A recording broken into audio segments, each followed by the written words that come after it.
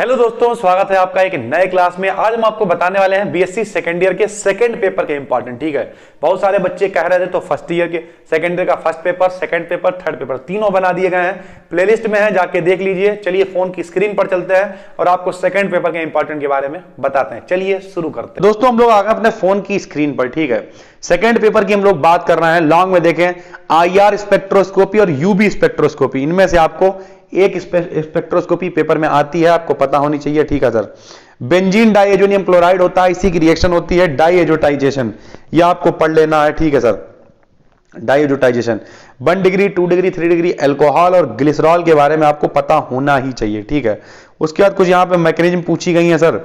ये मैकेनिज्म देखिए, बहुत सारी रिएक्शनें होती हैं। इन रिएक्शंस में से कुछ, ये सारी की सारी रिएक्शंस आई हुई हैं सर। आप सोच रहे हैं इतनी सारी लिख दी हैं, जैसे फ्राइज रीअरेंजमेंट हो गई है, बेंजोइन कंडेंसेशन, पर्किन हो गई है, बेयर बिलिजर हो गई है, बॉल्व किश्नर हो गई है, बिटिंग हो गई है। ठीक है, कैनिजारो है, पर्किन है, होबन हाउस है, रिफॉर्मेट स्काई है, और गैबियल थैलेमाइड है, डी कार्बोक्सिलेशन है, पिनाकोलेन है, एल्डोल कंडेंसेशन है, बेयर बिलिजर है, क्लेजन रीअरेंजमेंट और हाफमान ब्रोमोएमाइड रिएक्शन है। इनमें से आपको पेपर में आप बताइए 6-6 7-7 मिल जाती हैं। ठीक है, 6 रिएक्शन आ गई, पता चला। अथवा में 3 दे रखी हैं, अथवा में 3 दे रखी हैं सर। उसके साथ साथ शॉर्ट में भी 2 दे रखी हैं, पता 6 में आ गई, शॉर्ट में 2-2 नंबर में आ गई, 10 ऐसे हो गए। विकल्प में पता इससे रिलेटेड कुछ पूछ लिया, 11-12 नंबर ला के आप सिर्फ रिएक्शन पढ़ के ये पास हो सकते हैं सर। अगर आपने केवल ये रिएक्शन याद कर ली तब भी आप 10 से 12 नंबर ला सकते हैं, और 33 में 11 वाला सर पास होता है। डाई एथिल ईथर काफी इंपॉर्टेंट सर, आपको डाई एथिल ईथर पढ़ लेना है डिटेल में, और alpha beta gamma hydroxy acid पढ़ लेना है। साथ ही साथ अगर आप नीचे देखें तो बेथोक्रोमिक शिफ्ट होती है, और हिप्सोक्रोमिक, हाइपोक्रोमोफोर, ऑक्चोक्रोम, ये सब आपको पढ़ लेना है। बियर लैम्बर्ट लॉ और वुडवर्ड फिशर रूल आपको पता होना चाहिए। ठीक है सर, वुडवर्ड फिशर रूल और Beer's Lambert law, Hooke's law, ये आपको पता होना चाहिए।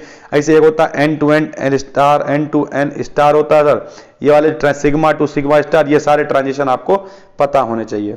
शॉर्ट में बात करें तो प्रिपरेशन ऑफ कार्बोक्सिलिक एसिड हो गया, जीसल मेथड हो गया, फिनोप्थलीन हो गई, इलेक्ट्रॉनिक ट्रांजिशन जो अभी हम बता रहे थे N to N स्टार, ये सारे। एसिडिक कैरेक्टर ऑफ फिनॉल हो गया, पिक्रिक एसिड हो गया, और यही देखिए ये ट्रांजिशन वही है कुल मिलाकर जो ये है। ठीक है, कोरेस रिएजेंट हो गया और फिनॉल हो गई। ये सारी चीजें मोस्ट इंपॉर्टेंट है सर, आप आराम से स्क्रीनशॉट ले सकते हैं और पढ़ सकते हैं। ठीक है, ज़्यादा डिटेल जानकारी चाहते हैं तो हमारी एप्लीकेशन को डाउनलोड कर सकते हैं सर, वहाँ पे चैट सपोर्ट मिल जाता है। किसी टॉपिक पे वीडियो चाहिए आप नीचे कमेंट कर सकते हैं। नए हैं सब्सक्राइब कर लीजिए, पुराने हैं नोटिफिकेशन बेल को ऑन कर लीजिए, ताकि हमारी वीडियो आए तो आपको नोटिफिकेशन मिल जाए। बस दोस्तों इतना ही, तब तक के लिए धन्यवाद।